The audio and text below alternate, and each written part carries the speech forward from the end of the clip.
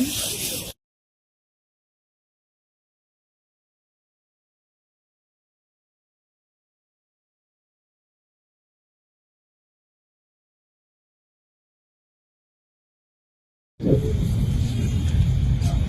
నిన్న పొగాకు మద్దతు ధరకు సంబంధించి అలాగే పొగాకు రైతుల సమస్యలకు సంబంధించి పొగాకు రైతులతో డిస్కస్ చేయడానికి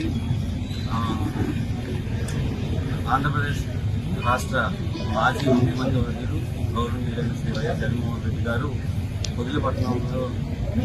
పొదిల్లోని టొబాకో బోర్డు సెంటర్ని విజిట్ చేయడం జరిగింది. ఈ విజిట్లో భాగంగా సుమారు 965 మంది పోలీసులతో బందోబస్తు ప్లాన్ని తయారు చేసుకున్నాం. రాళ్ళని కూడా రాళ్ళతో దాడి చేయడం జరిగింది.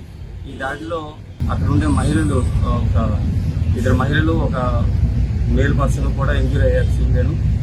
అలాగే అక్కడ ఉండే దీంట్లో ఉండే పోలీస్ పర్సన్స్ కూడా ఇంజూరీ అయ్యారు. మన డిఎస్పీ దర్శి గారి పైన కూడా చెప్పుతోటి కొట్టడం జరిగింది.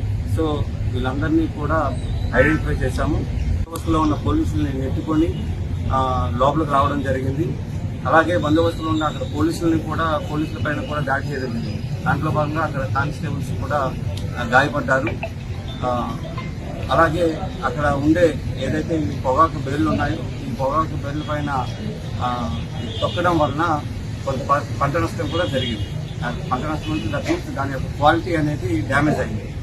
సో ఈ యొక్క అంటే శాంతి భద్రతలకు విఘాతం కలిగించే ఉద్దేశంతో ఎవరైతే మహిళలని కూడా చూడకుండా మహిళల పైన అక్కడ బందోబస్తులో ఉన్న పోలీసుల పైన దాడి చేశారో, అలాగే రైతులు తెచ్చుకున్న ఈ పొగాకు పంట ఏదైతే ఉందో ఆ పొగాకు పంటని దాని యొక్క క్వాలిటీని డ్యామేజ్ చేయడానికి ప్రయత్నించారో వాళ్ళందరిపైన కూడా చట్ట ప్రకారం ఈరోజు పోలీస్ శాఖ చర్యలు తీసుకుంటుంది.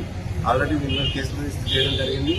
రిజిస్టర్ చేయడమే కాకుండా వీడియోలని అన్నింటినీ కూడా క్షుణ్ణంగా పరిశీలిస్తూ ఎవరెవరైతే దీంట్లో పాల్గొన్నారో వీరందరినీ కూడా ఐడెంటిఫై చేసి వాళ్ళని ఈరోజు 9 మందిని అరెస్ట్ కూడా చేయడం జరిగింది.